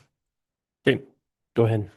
This is like you, this is like the reason why I feel like was so interested in being on the planning commission was this exact conversation we're having. And as a Tomalonian, I feel like very just sensitive about this issue because it does feel like an assault sometimes when change is happening. And I do understand that, like, even though it's not immediate, when you look at like your hope that you have your generations are going to be in your community, it actually does feel kind of assaulting because it's like, well, my grandkids are not going to have the same community that I was raised in. And I just feel so fortunate to be raised, so I think there's like some emotional part of it that I very much sympathize with. But what I want to communicate is that I just find this fascinating. And then the more you learn about it and the more you learn about the process and the whys, the more you become comfortable, maybe not comfortable, but just educated, and you understand the sanitary problems. Oh, we do need a solution for this, or we do need cheaper bananas. Or what, I think so the more people can actually get engaged in this process and come to the table and let us know, verbally, on written, however they can communicate their hopes and dreams for the community, I think it helps us understand and do our very best to like put together something that makes them proud in some way or the other. So I just really hope that the community, it sounds like that people are already showing up, but I just really hope that we can just continue this process so that we can best serve them. Because we don't have representation of Terrebonne. I know we have Redmond, but we don't have representation of Terrebonne on the, so I think that I'm gonna do my best. I know you will. I mean, technically, that's You're part of the area that I'm representing. Represent Terrebonne. We have. But I don't live in Terrebonne. And so I just to be respectful, living in between Redmond and Sisters is very different than living in Terrebonne. So you're absolutely right that there isn't a person on this body who lives in Terrebonne. And I just think it's a fundamentally different experience. So I'm excited. I just wanted to share that I'm excited to go through this process and I appreciate everything you've done. But I do sympathize with the slow it down, It's absolutely, process. that's a sentiment that completely makes sense. I get it. Yeah, thank you for that. So, yes, go ahead. Just a quick comment along the lines of like communicating about this. This is a little psychological thingy. There's a downside to literally every option, including doing nothing. Doing nothing is always an option, but there's a side effect to everything that you do. And so sometimes it helps people to understand when you point out like, yeah, this option has this side effect or this downside, this option has a downside. We're going to be dealing with a downside no matter what we do or don't do. And so we have to choose among our benefits and downsides. It's so easy to idealize the option that sounds yeah, and especially when you love where you live. But Terrebonne in 2026 is not, like, if you do nothing at all, is not going to be the same as Terrebonne in 2046 because of what Peter said. I mean, Yeah, things will change no matter what. So I think it can sometimes be helpful to think about. that's super it. helpful. Yeah. Yeah. No, it's interesting. That made me think of sometimes when you look at when there's transportation or engineering projects, there's like the no action alternative. And they, it's a little more rigorous and kind of scientific in how they, analyze those things. But that's an alternative, What does it but look there's like in consequences to each. 2046 if we do nothing versus what if we Yeah. go nutso with development? What does it look like in 2046? And then what does it look like if there's less nutso development in 2046? But maybe that would be helpful to try to get people thinking about. Yeah. Thank you for that. That's a really good point. Anybody else? I mean, I was around in the 70s. Things have changed. I remember when Bend was 20,000 people. The bottom line is we're going to have growth. The best we can do is try to have thoughtful growth and try to plan for something that, is the best of alternatives because as has been stated, nothing is not, doing nothing isn't an alternative. It's, I mean, things change. So, Just there was one gentleman who came to the open house, and I'm blanking on his name, but he was born in Terrebonne. Do you remember him? He was almost 90. He was born in Terrebonne, and he was telling me these stories, and he was like, over there were 6 horses tied to a I mean, it was fascinating. But even, he had seen it all. He still lives there, and he said the exact same thing. He's like, I know, things can't stay the same, that otherwise they'd be the same as when I was born, and that's just not realistic. And he had a very refreshing attitude for someone who's been around in a community for so long. He was great. No, I appreciate your perspectives. well, maybe I'm dating myself a little bit. Well, 70s, that's good. I appreciate it. I think I just have one more slide. So, anything else? Any other questions? No, thank you. Look forward to the next step. Next step is round 2. So this is what we heard. Is that correct? So that's what kind of our general questions will be. They'll to the community. It'll be largely those similar themes. Now the wheels are turning on how to kind of explain what Commissioner Karas was just talking about, how we can kind of put that into some visualization. If anyone has any ideas over the next few months, and I'm serious, feel free to email me. Just ways to communicate stuff like this is always helpful to have input. So we'll be doing this in late summer. I think it's probably going to be the last week of July. I think we're trying to pin that down. And we'll let you all know. Super quick. I just want to say I love the phrase the vulnerability of the status quo. Like I thought that was a really good. That like on the other side, like that there's the status quo is very vulnerable in this situation. So like I really liked how you worded that to like we sort of almost like we got to think of ways to protect this because it's vulnerable in the face of the sewer project and everything. Yeah.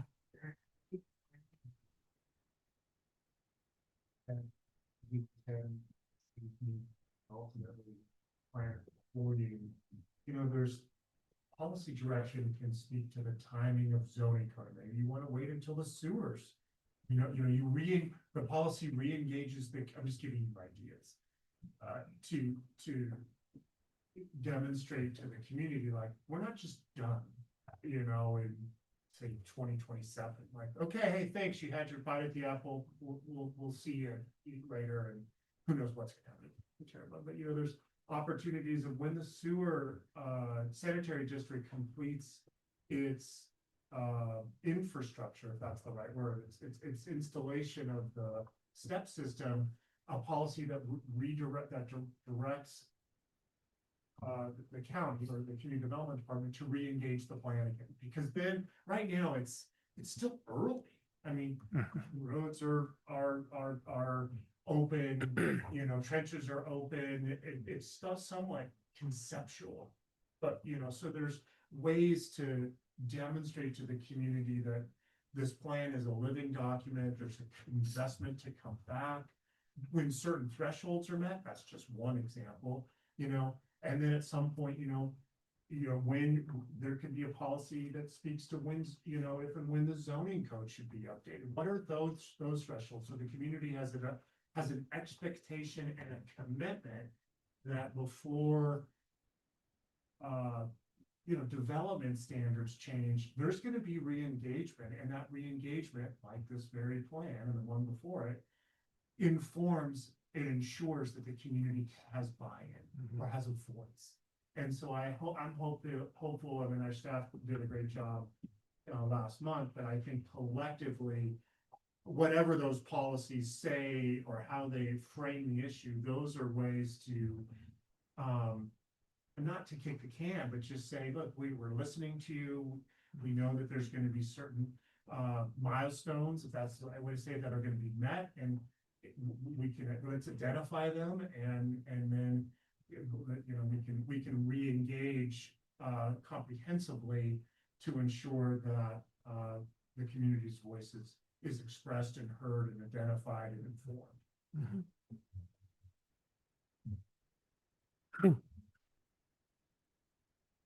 With that, we have a website. you can always contact me if you have any thoughts or questions or anything like that. And we'll once we get a date for that next open house, I'll let the planning commission know you're all invited. And then we'll go from there. So Sounds good. thank you. Oh, go ahead. So, big picture timeline, we have 2 more of these open houses. Yes. And then like next year, we're starting to talk about like, what's the Early next year's, I believe, is when we're gonna be early-ish, going through like the actual legislative process to adopt a plan document, give or take. Okay. Staff comments. Oh, I have none. You have none?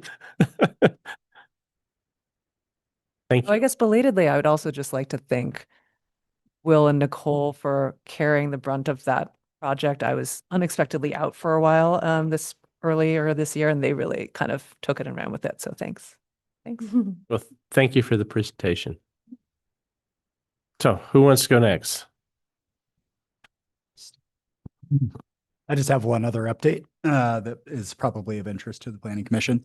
So last month on the 15th, we had some members of the Oregon State Fire Marshal's Office come speak to the Board of County Commissioners. And the reason for that meeting is they just finalized at the end of last month a model defensible space code that's now available for local jurisdictions to adopt. Local jurisdictions include counties, obviously, cities, and interestingly, fire protection districts can be their own local jurisdiction that might adopt these rules. They really are just a set of minimum standards. Counties and cities, fire protection districts can go above and beyond those standards, provided they are in alignment with what's described as the International WUI Code. This is the very early stages, I would say, of conversations with the Board of County Commissioners of what they might want to do this. So really at that meeting, if you want to tune in, it was a good discussion of 2 hours or so of talking to them, then trying to boil into the details of what this model code looks like, what it might mean if it were adopted. It's an interesting conversation, but very much early days. We'll probably be going back to the board sometime in the coming months, really to start to give a framework to what this might look like moving forward.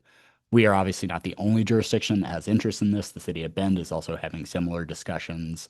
The city of Sisters has actually kind of jumped the gun and already adopted a version of defensible space code. And so they have something in place.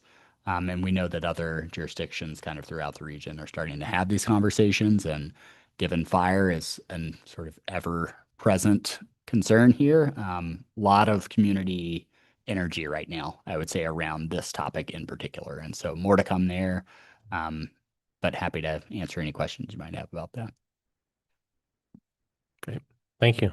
Will. Yeah, thank you. So excited to announce, we've been talking about the transition of natural resources into community development, of the folks who do our community wildfire engagement. And we were hiring for the community wildfire protection supervisor. That's previously the county forester position. We had 24 candidates, and after a robust hiring process, included 2 panels. Lauren Street, who you've gotten the chance to meet, prevailed and has been promoted to that, and will be officially sitting at her new desk here shortly, which is an exciting opportunity. That's, of course, it's a 3-person department that, was the former county forester and 2 natural resource protection specialists. And so we'll need to rehire behind her, but they do so much great work, as you've heard through the work plan, and it's going to be exciting to have a full team there again eventually.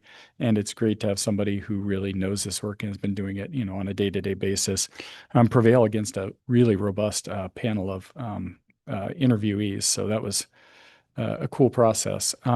Also, coming up kind of for your next couple weeks coming up, of course, you've got Kyle back here with the public hearings for Clear and Objective and the Sisters UGB, followed by presumably a deliberations for the Sisters UGB. Sitting out there, we talked a little bit about private burials. So that'll be coming up they'll be coming up in the summer. So a number of items coming up. And also we're in the process, we have brought the work plan to you, and took it through the Historic Landmarks Commission and are on our way to the board next week with the work plan. And we will get some direction from them and see what's important. There's a lot of things that just have to be done. Thinking about those, there is a cultural resources update. We've talked to you a little bit about a Goal 5 cultural resources update for historic landscapes.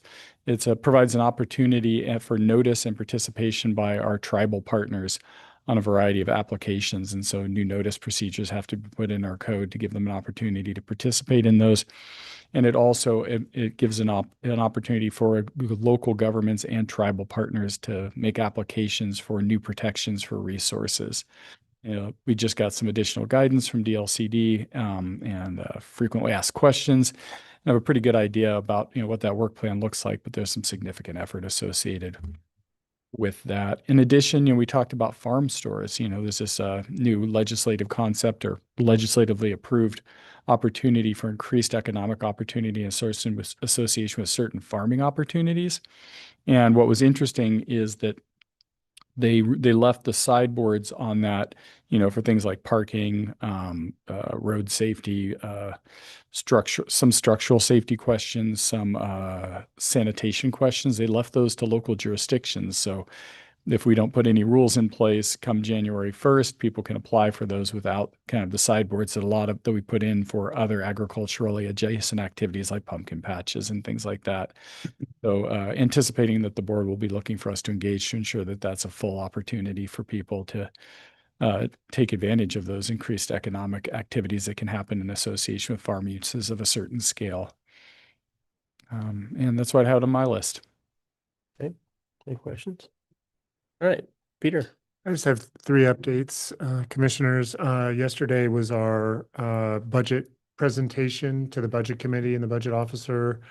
This afternoon, the budget committee with the board's concurrence adopted the budget for fiscal year 27. So no real surprises as it pertains to the community development department. It was very straightforward in terms of our budget recommendation. We've had relative stability over the last 3-4 fiscal years. So very grateful for that stability and very modest fee increases to help, help us provide cost-effective and efficient services. So excited to head into 2027 with that momentum. Just 2 other things. The work plan for fiscal year 27, the board's going to have a work session on Monday. And then the board will have its public hearing on the work plan on June 3rd. So just keeping that momentum going forward and putting it in a position to get adopted, of course, prior to the start of the new fiscal year. So those were the 3 items I had. Thank you. Hey, Commissioner Kuras. Yeah, I just want to ask a question and clarify understanding among you all. I know we have been over this a bunch of times with conflicts of interest, but I think in light of Commissioner Hovecamp's question, I think it's really important that everybody on our commission feels comfortable with those definitions, and everybody in the public who may be listening to the meeting tonight or at any other time feels really comfortable with the idea of what is a conflict of interest. And so I'm really sorry to do this because I know we're all probably trying to get out of here, especially you guys have been here all day. But I thought maybe I would summarize my understanding briefly and then make sure that I'm understanding it correctly, and you guys as staff can say yay or nay or correct me. But I think what I've personally been looking out for conflicts of interest are things where I may benefit or lose financially if a particular decision were made. And I have not been thinking of conflict of interest as like I have an opinion on a topic or I know more about an area than some of my fellow commissioners because I live near there, I live there. Like my favorite example is Dark Skies. I don't have anything to financially gain or lose based on the Dark Skies process, but I was very personally passionate and affected non-financially by that. And so that was not something I felt, and I don't think any of us brought up having a conflict of interest about that. And so I think Commissioner or Chair Cyrus, I think when you answered Commissioner Hovecamp's question, you were clear, like you're not going to gain or lose anything based on this process in terms of anything financial. And so I felt very satisfied with that answer. But I think just the fact that the question was asked sort of indicates we may have some lack of clarity about what a conflict of interest is. And I really hesitated to bring this up because I don't want to make anyone uncomfortable at all. But I also just think like, hey, let's all get on the same page so we're all comfortable and everyone out there is comfortable. So I'm just asking for clarity. Am I correct in understanding it that way? Am I missing something? And can you guys just give us a brief summary on, I know you've done this before, but maybe just review us again. Say it's too bad our legal counsel isn't here tonight. Yeah, but I mean, to be fair, we've done this several Yes. times. So can we just do it one more time briefly? Sure, and we were planning, had there been a transition with the planning commission, with the Redmond Terrebonne seat, there was a plan in first meeting in July to kind of revisit some of these important issues. So we can always do that. It might make sense just to have a regular recap. But to your question at hand, the Planning Commission addresses legislative matters. So you're right. A direct conflict of interest is if you have a pecuniary financial stake, you, a relative or whatnot, that would be a direct conflict of interest. Unlike quasi-judicial decisions where you're applying discretion, you're applying code, you're taking in substantial evidence in the record on a specific piece of property, more often, one cannot have a bias. And so that's why it's imperative to be impartial. That's for quasi-judicial. Quasi-judicial proceedings. The Planning Commission engages in legislative proceedings. And so you can come with, like you used your dark sky, like I'm really interested in dark skies. I've been an advocate for several years. I've been elevating it on the work plan.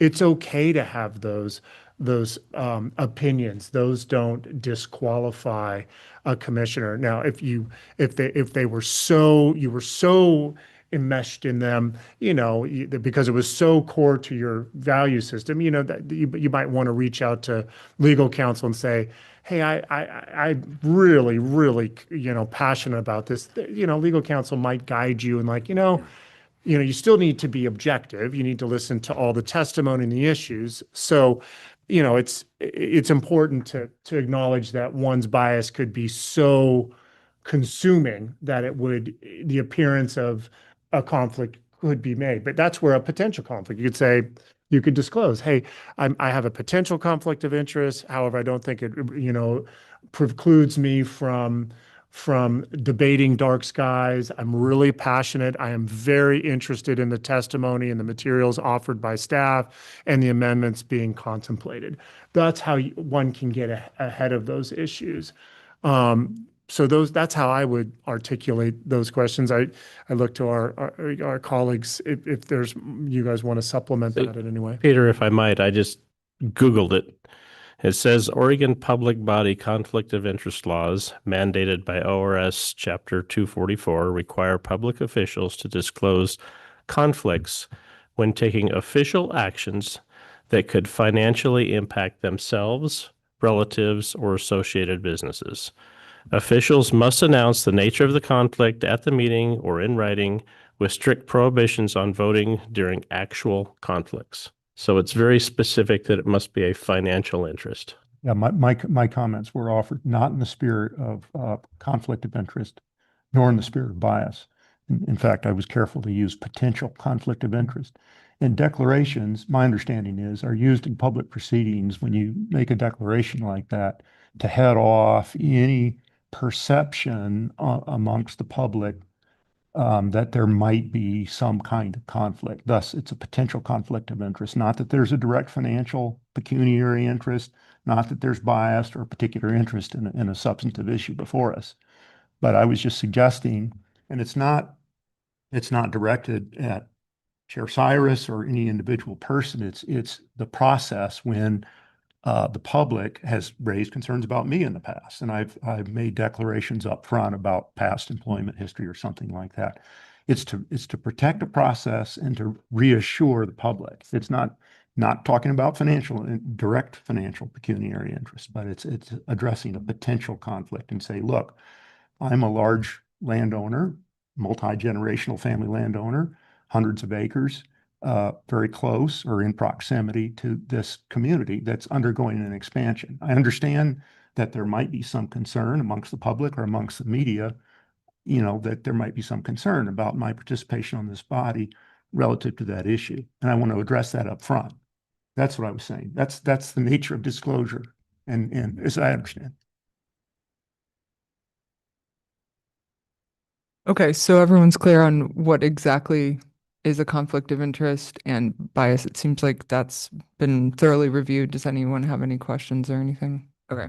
Then, I mean, I'm satisfied. I really did not want to make anyone uncomfortable. I respect that you should ask any question that you have, but I perceived the question to be like you had some level of discomfort or concern about that. And so I just want to make sure we're all good and everyone else out there is all good. I don't want to freak anyone out with people can probably tell I'm nervous, and then that makes it all seem more sinister than it really is. But yeah, I just really want everyone to feel like we're good on conflicts or potential conflicts or anything like that. So I'm pretty comfortable with the definitions, and I've had several conversations with legal counsel, and as long as it's legislative, I mean, just to their comments on dark skies, everybody had a strong opinion.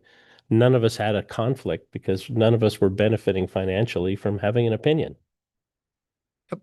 So anyhow, Commissioner, or was that everything you had? yeah. And thank you guys for humoring me. Sorry to make everybody a little uncomfortable, but I really appreciate the conversation anyways. No, appreciate you bringing up if you got a question. So Just thanks for the eventful evening and looking forward to the public hearings in a couple weeks. So thanks. Great. Commissioner Kelly? First of all, I'm grateful that you brought it up. I think it's always great to review these things. So do not feel uncomfortable about it. And I appreciate you bringing it up. I appreciate you talking. I think that the more we actually talk about it, the healthier our body is. That's very smart. So, You're right. so don't feel Talking is good. no one, I speak for myself. I'm not uncomfortable. But thank you everyone who presented tonight. And I really appreciate just how detailed and thoughtful and the way you did clear objective standards. Really, like, I've been listening to hours and hours of this, and that really brought it together for me. So thank you for that. Hey, the light bulb went on. No Commissioner Hofkamp. Appreciate the really nice discussion in regards to I don't know, a number of different issues tonight, and thank my colleagues for that. I often think about that growth, anti-growth sentiments and so forth, and I'm sensitive to in what's sometimes perceived as relentless boosterism, that there are a lot of people, longtime residents, much longer than I've been here, that are not inclined to be supportive of those things. And when I see it come through in something like public input, I just want to make sure that I'm acknowledging that, but I really appreciated everyone's comments, that change happens. I get that. I'm not sure that growth is actually inevitable. I think there's a distinction to be made between development and growth, and that's part of what I think we're all interested in being in this body, is kind of that difference. I think there's beautiful towns and communities in Europe that have existed for hundreds of years and are not growing, and they're thriving. But anyway, I get that. And just as a disclosure of my own, I mean, I'm not sure aging is inevitable. So maybe that maybe that kind of discounts my view on growth, because it is. But anyway, thank you. You're right. Aging is not inevitable. The alternative isn't much fun, though. So, and I like I say, I just like to thank everybody. His presentations were great, and we appreciate everything you guys do for us. With that, meeting's adjourned.